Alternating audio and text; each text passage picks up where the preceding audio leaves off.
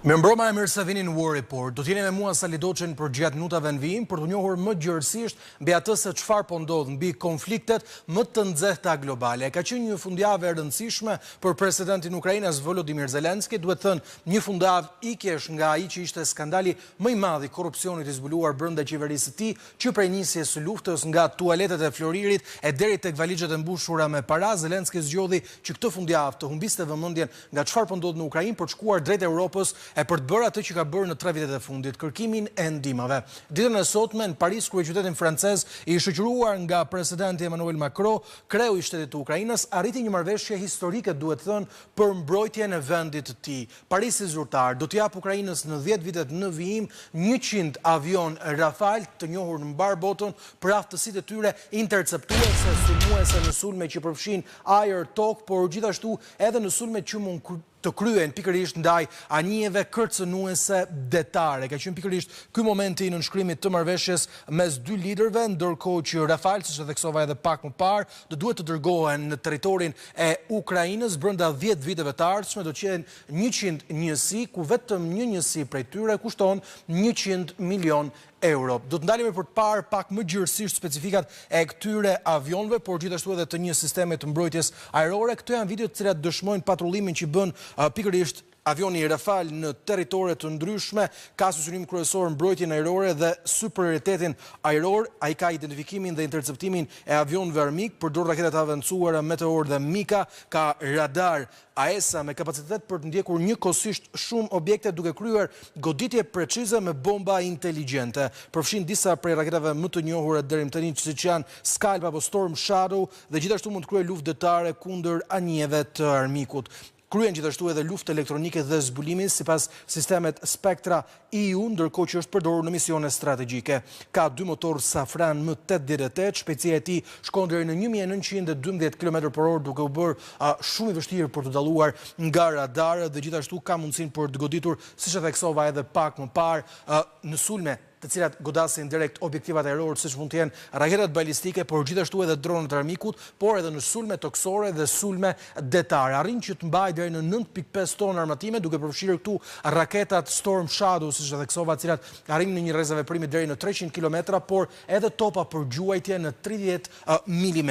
Ndërkohë, siç e theksova edhe pak më parë, për Ukrainën është diskutuar edhe dhënia e sistemeve të mbrojtjes ajrore, të quajtur pikërisht Stamp-T. Ka një ngjësi të madhe me Patriot, ky sistem i cili është i bashkëprodhuar nga Franca dhe Italia për shkak të kapaciteteve të tij për të goditur 360 gradë me më shumë se 8 raketa njëkohësisht, duke mbajtur raketat të cilat janë të njohura në mbar botën. Aster 30, një raketë kjo e cila shkon në një shpejtësi deri në 1235 km/h dhe arrin që të godas me precizion të lartë objektivat e armikut. Theksova pak më parë veprimtarinë e tij 360 gradë dhe ka lartësinë e interceptimeve 20 deri në 25 km përpara se të shkatrojë edhe objektivat e armikut. Mund të godas raketat balistike me rrezaveprimi deri në 600 km dhe versioni i tij më i fundit ka aftësinë që të godas me saktësi të precize edhe raketat të tjera që të jenë të rrezikshme. Siç e thash edhe pak më parë, për Volodymyr Zelensky ka qenë një fundjavë turneu kjo e kësaj jave për shkak të ndihmës që ka kërkuar, por edhe për shkak të përafrimit marrëdhënieve me Shtetet e Bashkuara të Amerikës. Vetëm një ditë më parë ai u takua me kryeministrin grek Kyriakos Mitsotakis, ku Greqia duket se ju përgjigj ftesës së bërë nga Donald Trump për të ndalur menjëherë blerjen e gazit rus. Athina zyrtare ka deklaruar se do të blej gaz të lëngshëm nga Shtetet e Bashkuara të Amerikës, të cilat do të mbërrinë me kontenjer dhe cisterna në portet e saj përtej marrjes së energjisë nga Shtetet e Bashkuara të Amerikës. Athina zyrtare do të shërbejë tashmë edhe si një transportues i rëndësishëm, pasi një pjesë të gazit që do të blej nga Shtetet e Bashkuara do të dërgojnë në mënyrë direkte drejt Ukrainës nëpërmjet rrugëve detare, por këto rrugë duken edhe janë të rrezikshme. Shembulli më i fundit vjen pikërisht ditën e sotme, ku një cisternë e Turqisë, e cila kishte mbritur në detin e zi nëpërmjet pikërisht në qytetin e Odesës nëpërmjet detit të zi, është sulmuar nga dronët dhe raketat ukrainase. 4000 ton gaz i lëngshëm ndodhej në këtë anije turke të quajtur pikërisht Orinda dhe ka pasur një detit Kharkiv Kherson, i cili në fakt shfaqet, i cili është rrethuar në qiejt e tij me ato që ne i njohim si rrjetat metalike, të cilat mund të përdoren në bujqësi, por Ukraina ka përdorur të tilla rrjeta për të ndalur dronët e Rusisë që të godasin autostradat apo objektiva të rëndësishëm, duke përfshirë edhe autobusët me civilë si dhe zonat e banuara. Ndërkohë Moska ka vijuar avancimin në frontin e betejës, 3 kanë qenë fshatrat e pushtuara për gjatë 24 orëve të fundit në 3 rajone të ndryshme të vendit. Përditësimi më i fundit i dhënë nga Ministria Ruse e Mbrojtjes flet për 3 fshatra të pushtuar. I pari është në rajonin e Dnipropetrovskit, i cili ndodhet pikërisht pranë lumit Dnipër dhe bëhet fjalë për fshatin Haj, ndërkohë që Platonivka është pushtuar në Donetsk dhe një tjetër fshat i quajtur Dvaritchensk në Kharkiv. Janë këto zhvillime që vinë nga fronti, ndërkohë që Moskva ka vijuar avancimin e saj në Donetsk me gati marrjen e Pokrovskit, por ka pasur një ofensiv të lëshuar ditët e fundit edhe në Zaporizhia, duke detyruar Ukrainën se të tërhiqin nga më shumë se 7 fshatra të ndryshëm. Rusia ka sulmuar me luftën e saj qoftë hibride apo edhe nëpërmjet akteve të sabotazhit edhe ata të cilët janë përfshirë për të ndihmuar Ukrainën. Përgjatë kësaj fundjave ka ndodhur një shpërthim në linjën hekurudhore që udhtojnë trenat mes Varshavës dhe Lublinit. Ka pasur një shpërthim në një njësi të hekurudhës, i cili është vënë re nga një makinist treni që ka arritur të ndalë trenin në kokë. Kjo linjë përdoret për të dërguar gjithashtu edhe ndihma drejt Ukrainës, duke bërë kështu qeverinë polake që dyshoi për një akt sabotazhi. Ishte Donald Tusk, i cili ditën e sotme dhe tha se të gjitha të dhënat e drejtanishme tregojnë se ka pasur një implikim të Moskës. Informacioni i fundit, cilin do të raportojmë në Magic Wall, lidhet me situatën e luftës asë më saktë të armëpushimit mes Izraelit dhe grupit militant palestines Hamas në rripin e Gazës. Benjamin Netanyahu ka deklaruar se në asnjë mënyrë ai nuk do të njohë kurse si një shtet palestinez ndonse rezoluta e cila është përgatitur nga Shtetet e Bashkuara dhe do të votohet mbrëmjen e sotme në Organizatën e Kombeve të Bashkuara, parashikon qartë mundësinë e lejimit të krijimit të një shteti palestinez në të ardhmen pas vendosjes atje të një administrate ndërkombëtare shumë komshe e cila do të qeverisë Gazën. Të gjitha që raportuam në Magic Wall do të jenë fokus programit mbrëmjen e sotme, duke nisur nga Rafal për Ukrainën e deri tek vendimi i Atinës zyrtare për të braktisur Moskën e për të qëndruar në krah të Washingtonit. Të gjitha këto më njëherë vetëm pas siglës.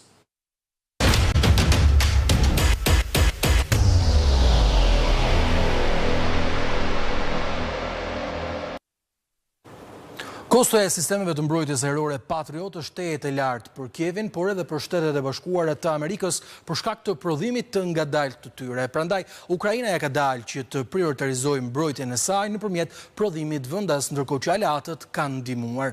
Sigurisht Europa nuk ka pasur shumë në dorë sa i përket mbrojtjes ajrore, por kësaj here vendimi më i fundit i Francës për të prodhuar 100 avion Rafale për të dorëzuar Kievit për gjatë 10 viteve në vijim krahas F-16-ave që Ukraina përdor aktualisht, duhet thënë se është një zhvillim i rëndësishëm për frontin e betejës. Për këtë do të diskutojmë në pjesën e parë të programit. Me mua mbrëmjen e sotme është General Det Prenga. General, mirëmbrëma, faleminderit që jeni në program. Mirëmbrëma, përshëndetje. Të falenderoj. Gjithashtu me mua mbrëmjen e sotme është edhe Xhavit Shala, profesor i asociuar, doktor i shkencave të sigurisë. Zoti Shala, çfarë do të sjellin avionët Rafale në Ukrainë dhe për çfarë do të shërbejnë ato sa i përket mbrojtjes ajrore? Tu jenë disa, ka një rësi të jashtëzakonshme, nuk mund ta quajmë marrëveshje në kuptimin e plot, marrëveshje, domethënë që të jenë përcaktuar, të jenë definuar gjitha çështjet që kanë bëjnë me shitblerën, është një letër interesi si fillim. Domethënë kjo është një letër interesi në shkruar nga 2 presidentit, që është në nivelin një marrëveshje, po për të filluar prodhimi, për pagesa, për gjitha, pastaj ka marrëveshje tjera të detajuara. Gjithsesi, ky është nga ana e Francës është një deklaratë fort politike, pra nënshkrimi i një marrëveshje tek këtij niveli për dhënien e avionëve është një deklaratë politike për t'i treguar Rusisë që Franca bashkë me vendet tjera anëtare të NATO-s edhe të Bashkimit Evropian janë mbështetëse të Ukrainës dhe do të luftojnë për Ukrainën e nesërme, jo vetëm për këtë të sotmen, pra për t'i dhënë Ukrainës për mundësinë që të ndërtojë një flotë të fuqishme ajrore. Këtu nuk bëhet fjalë vetëm për avionet francez, për 100 avion francez, por bëhet edhe fjalë edhe për rreth 150 me të njëjtën procedurë edhe rreth 150 avion suedez, pra Gripen, të modelit Gripen, që janë shumë praktik. Këtu, përveç këtyre avionëve, përfshihen edhe sistemet e tjera antiraketore, për cilët ka shumë nevojë Ukraina.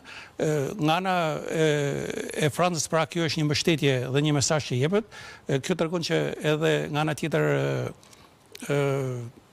Ukraina po I përkushtohet ndërtimit të një flote të fuqishme ajrore të modelit perëndimor, pra të çlirohet një herë mirë nga armatimet e kohës së Bashkimit Sovjetik apo modelet e asaj kohe, qoftë të rinovuara, dhe tregon gjithashtu që por shtatet edhe me standardet e NATO-s, sepse edhe avionet Gripen, edhe avionet Rafale janë të standardeve të NATO-s.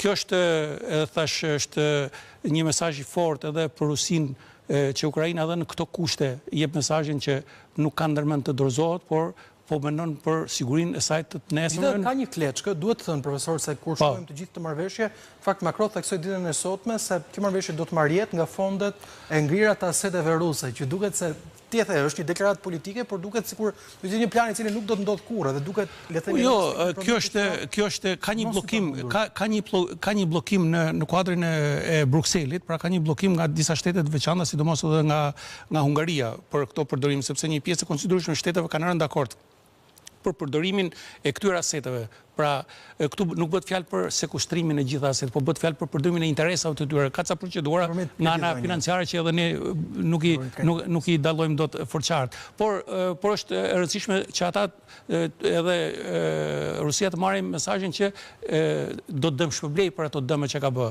Dhe sepse nuk ka mundësi Ukraina në asnjë rrethan që të paguajë, për shkak të filloj të paguajë për 100 avion, ju thatë një nga ato ka vlerë të konsiderueshme. 100 milionë.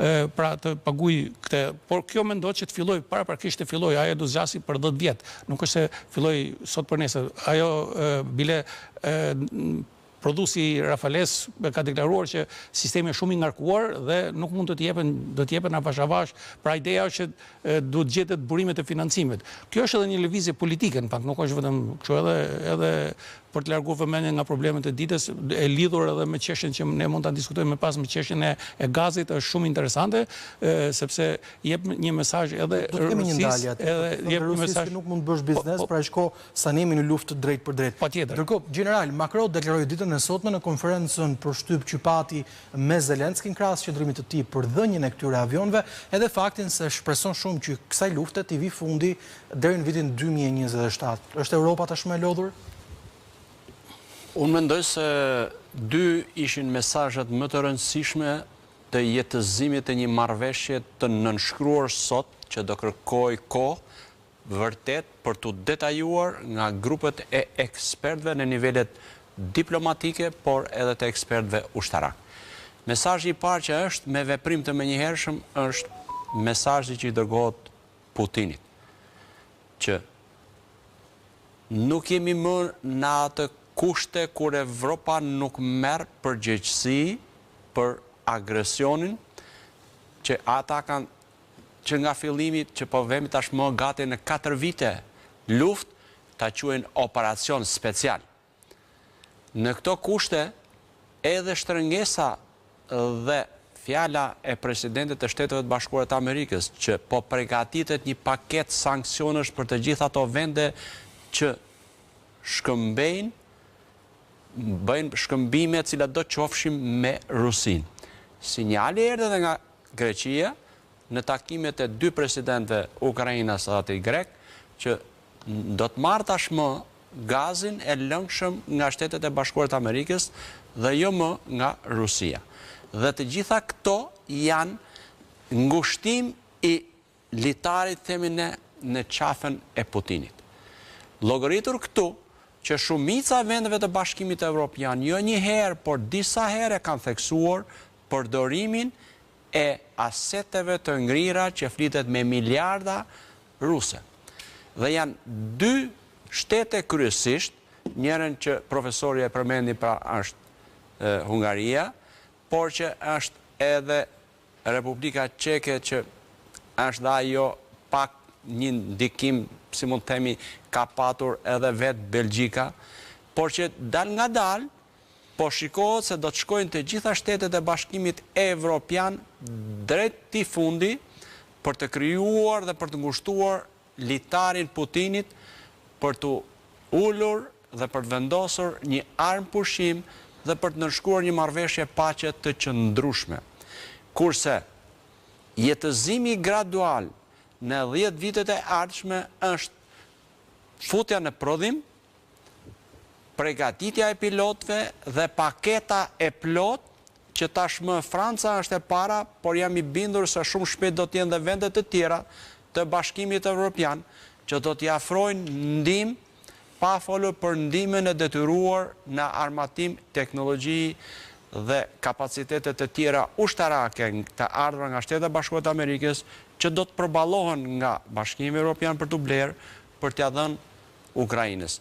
Dal nga dal, duket sikur po përvijohet gradualisht furnizimi me teknologji dhe armatim të gjitha llojeve nga më modernët e Ukrainës, që edhe pas luftës të shërbehet për ta ruajtur këtë paqe në kufirin lindor të NATO-s. Nuk do të jetë ndoshta Ukraina në një me të afërt pjesë e NATO-s, por Bashkimi Evropian dhe NATO e kanë tashmë një nga obligimet kryesore që pas përfundimit të luftës e vendosjes së marrëveshjes së paqes së qëndrueshme për ta ruajtur këtë linjë që do të quhet krahu lindor dhe po të thushse veri lindor i NATO-s, i aleancës me Rusinë, që do të jetë në vazhdim përsëri i kërcënuar, pavarësisht se shumë shpejt mund të shikohet një marrëveshje paqe në mes Rusisë dhe Ukrainës.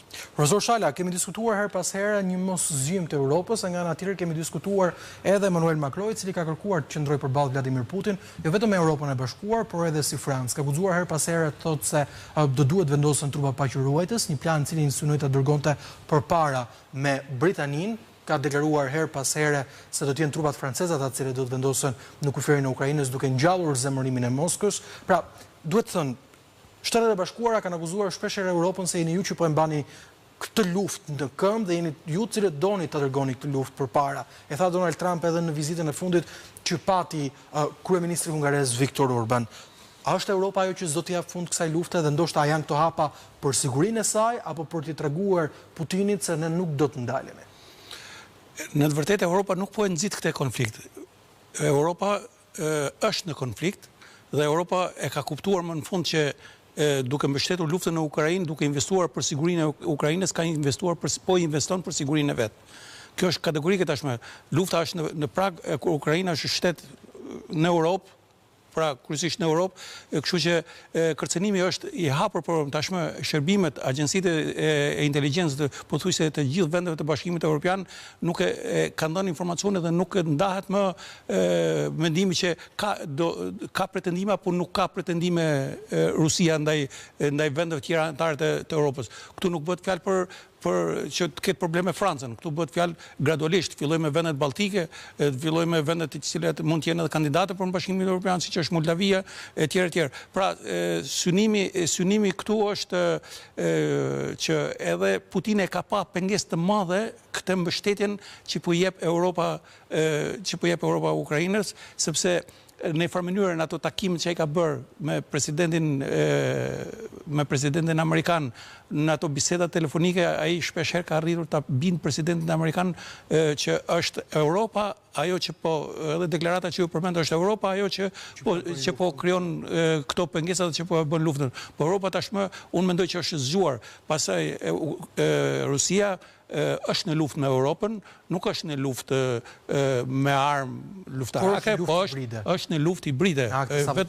Vetëm me akte sabotazhi, luftën elektronike, me sulmet kibernetike, me të gjitha këto, me akte sabotazhi të herë në mënyrë të paparë. Më fundit është kjo që ju e transmetuat pak më parë që në Poloni. Pra në farë mënyrë nuk Europa nuk Europa duke mbështetur Ukrainën, Europa mbështet sigurinë e saj. Nëse Europa fillon heziton në mbështetjen e Ukrainës, nesër do ta ketë ushtarin rus tek pragu derës.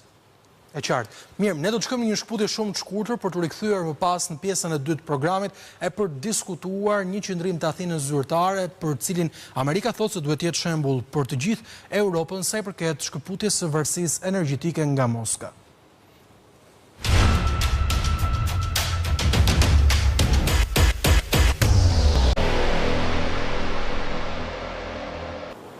Mirë, kthehemi në War Report. Në këtë pjesë të tretë të emisionit do të kemi kënaqësinë të kemi në një lidhje të drejtë për drejtë nga Shtetet e Bashkuara të Amerikës, pedagogun e marrëdhënieve ndërkombëtare, zotin Medlir Mema.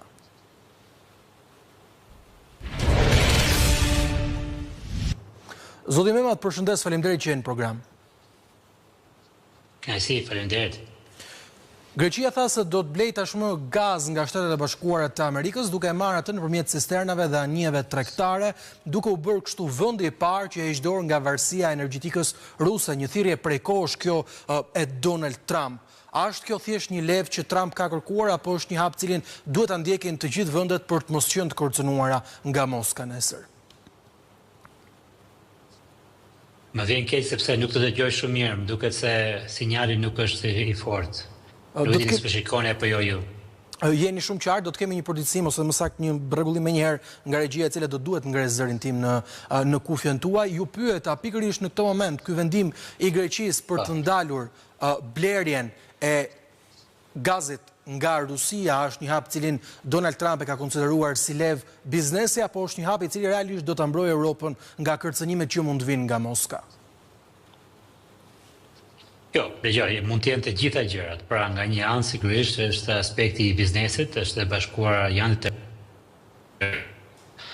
është shumë interesuar që të ketë një prezencë biznes amerikan në Evropë. Është në fakt edhe vetë nga sekretari i energjisë amerikane që nuk duan që as edhe një pikë e gazit edhe e vajt rus të jetë në fakt të tregun evropian. Pra këtu sigurisht bëhet fjalë për një lloj konkursi dhe për një lloj kompeticioni ekonomik, por mbi të gjitha sigurisht kemi të bëjmë me një element gjeostrategjik. Pra kemi të bëjmë me faktin se Shtetet e Bashkuara duan që të spostojnë influencën ruse nga kontinenti amerikan, nga kontinenti evropian. Por nuk është vetëm pikpamja amerikane, është edhe pikpamja, do të thoja unë, evropianëve. Së pari është Bashkimi Evropian që sigurisht ka një plan për të zhvendosur plotësisht dhe për të ndërprerë varësinë ndaj Rusisë. Së dyti gjithashtu është dhe Greqia, që dëshiron që të luajë një rol të rëndësishëm në rajon, jo vetëm në Ballkan, por edhe në Mesdheun Lindor, ashtu sikurse edhe në politikën evropiane.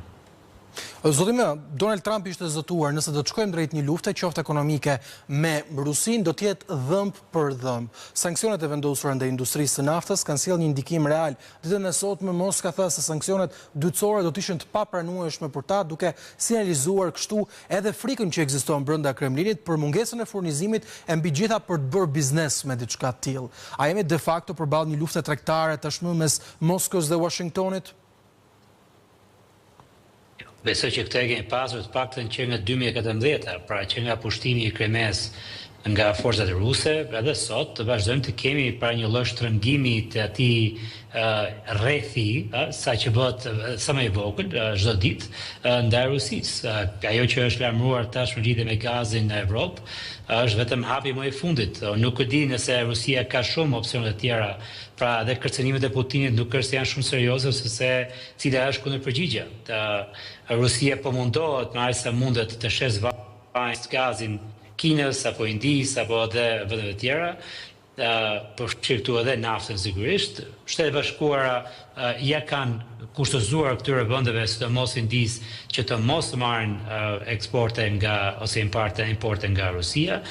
Evropa ka qenë e fundit, por që edhe Evropa vetë ka marrë një vendim tashmë që pas 2007 nuk mund të jetë më e varur nga gazi nga gazi rus, edhe kështu që në këtë kontekst mendoj që është një vazhdimsi e këtij konflikti, por nuk e di nëse në vetë Putini mund të ketë shumë kartë në dorë të tij.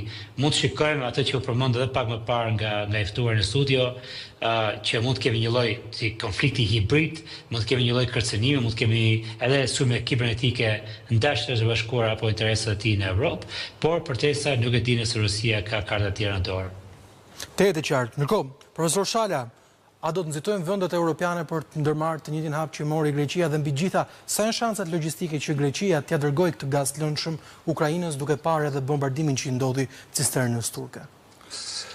Ajo bombardimi duket mund të ketë pas lidhje ose mund mos ketë pas lidhje me këtë lajm, domethënë. Unë di të them që kjo marrëveshje, pra përfshirja e furnizimit të Greqisë dhe nëpërmjet kësaj eksportimi nëpërmjet operacioneve të linjës të vjetër ballkanike apo linjës sovjetike të transportit të gazit për në Europën lindore, ndryshon hartën e investimit për sigurinë energjetike në Europë. Është një zhvillim i jashtëzakonshëm nëse realizohet, është një zhvillim i jashtëzakonshëm, përfundimisht Europa nuk do ketë nevojë më për do shputet atë që ka thënë do ta shpusin 2027-ën, mund të shputet edhe më herë. Mund ndodhet më herë. Sepse shiko, kjo ka qenë, domethënë, Rusi, Ukrainë, Moldavi, Rumani, Bullgari, Greqi. Po ka qenë linjë furnizimi, tashmë do bëhet linjë kthimi. Do bëhet linjë kthimi pra dikur sillte gaz, tashmë do marr gaz. Dhe kjo që do të japë një rëndësi të jashtëzakonshme edhe Ukrainës, se tashmë nga Ukraina mund të fillojë rishpërndarja e saj. Pra rishpërndarja në vendet e Europës lindore. Dhe kjo është një, do ketë një ndikim të jashtëzakonshëm për sigurinë energjetike të Europës. Në një farë mënyrë kjo do ta përfshijë akoma më tepër, siç e përmendi edhe zotëria, do ta përfshijë akoma më tepër Shtetet Bashkuara të Amerikës në sigurinë energjetike. Pra duket sikur Shtetet Bashkuara po largohen nga siguria ushtarake e Europës, ajo mendim që është krijuar nëpërmjet përpjekjes së saj për të larguar, po përfshihet më shumë në sigurinë energjetike. Pra, përfshirja në sigurinë energjetike do ta dytërojë atë që të rrijë përfshirë edhe në sigurinë ushtarake, pra në mbështetjen ushtarake nëpërmjet NATO-s. Këtu janë disa zhvillime interesante që kanë edhe janë disa shtete që përfitojnë direkt.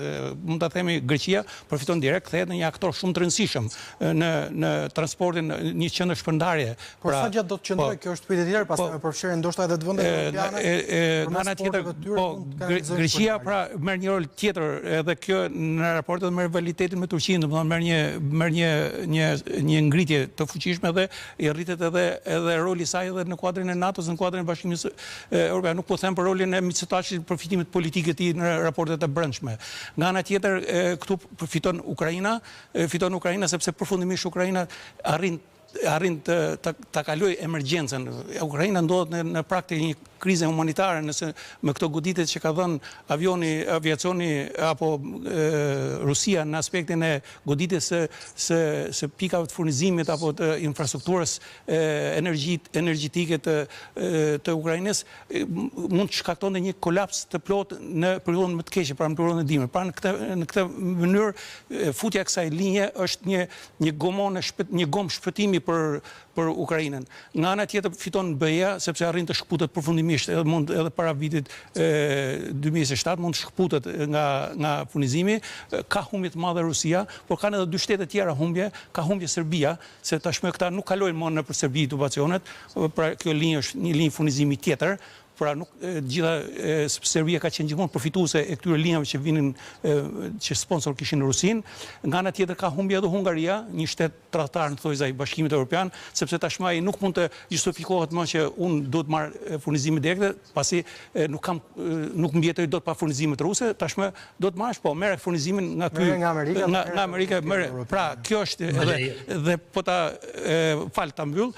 Dhe po presidenti Trump i zgjati vetëm një vit afatin Hungarisë që të marrë nga furnizimet ruse të naftës. Pra mund të ketë qenë diçka e parashikuar edhe për këtë. Në tavolinë. Po me të lirë.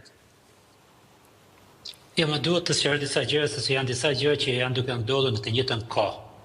Dhe në fakt, duke përgatitur pak edhe për diskutimin sot, më desh të bëj një skicë se si në fakt këto gjë janë të lidhura pak me njëra tjetrën. Janë disa hapa.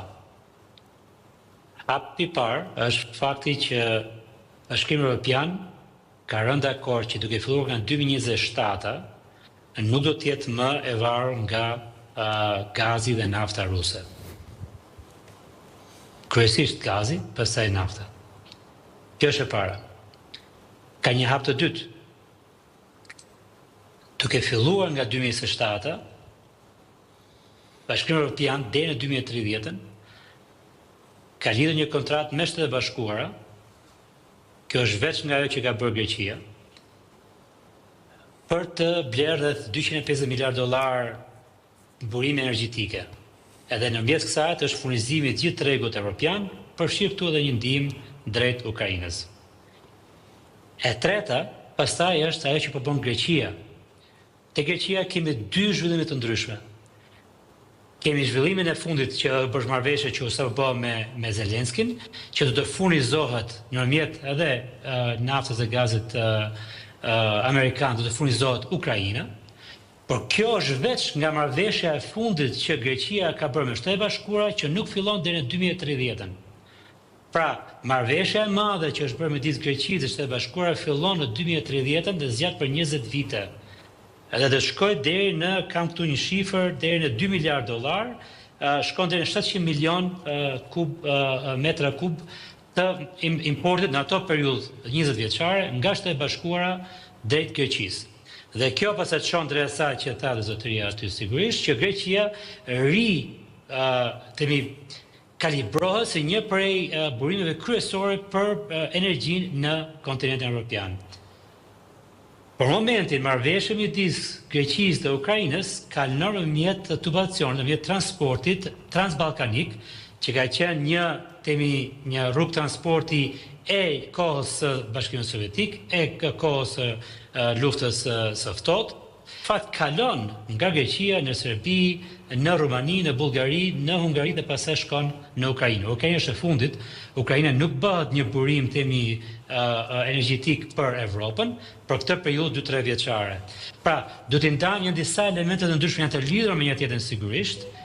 E para është pavarësia, dëshira pavarësi nga Bashkimi Evropian dhe një seri masë që ka marrë afat shkurtër për 3 vjet e ardhshme. E dyta pastaj është çështja e një marrëveshje afatgjatë që fillon në 2030 midis Greqisë dhe Shtetit e Bashkuara dhe pastaj në mjet këtyre procesit nga janari deri në mars të 2026 Greqia ka marrë përsipër që të mbështesë dhe të mbulojë kërkesat energjetike të Ukrainës. Këto janë të lidhura me njëra tjetra, por janë procese të ndara nga njëra tjetra. Edhe pastaj e fundit fare është sepse duke lënë me një të gjitha këto zhvillimet, çfarë do thonë këto zhvillime për ne në Ballkan Perëndimor, sidomos sikur u tha në studio, për këtë lloj rivaliteti midis Greqisë dhe Turqisë, sepse ndërkohë që bëhet kjo marrëveshje, Greqia sapo ka mbaruar një marrëveshje tjetër me Izraelin, edhe me Francën, për të blerë si mjete ushtarake për mbrojtjen e Greqisë, ashtu sikurse edhe në aspektin e sulmeve. Kështu që janë një seri zhvillime shumë interesante këtu që e vën Greqinë në qendër të një loje shumë të rëndësishme gjeostrategjike. Me të lirë, një përgjigje shumë të shkurtër, nëse kemi parë deri tani Moskën që fiton para nga shitja e gazit të saj, a do të jetë ky tashmë një oportunitet për Europën që të bëjë biznes brenda Europës dhe kush do të përfitojë në aspektin financiar duke shitur gazin e Amerikës? Po së pari fiton Shtetet e Bashkuara, dhe dytë sigurisht duke bërë një marrëveshje 20 vjeçare me Shtetet e Bashkuara, Greqia bëhet porti hyrës për energjinë amerikane në kontinentin evropian, në Bashkimin Evropian, në tregun evropian. Tashmë përshënojë ka një numër këtu, ka një kontratë për 3.7 miliard dollarësh midis Greqisë dhe Rumanisë. Pra Greqia do të furnizojë Ukrainën dhe Rumaninë në 20 vite të ardhshme me një shumë për 3.7 miliard dollarë.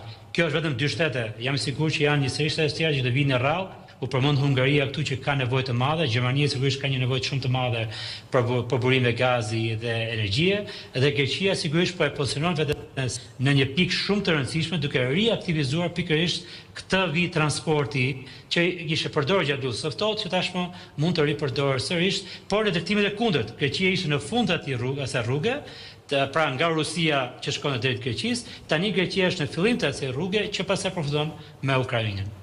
Te dhe qartë, me Gjermemat, falenderoj që ishën mbrëmjen e sotme në program. Xhavi Çala, profesor, falenderoj që ishën në War Report.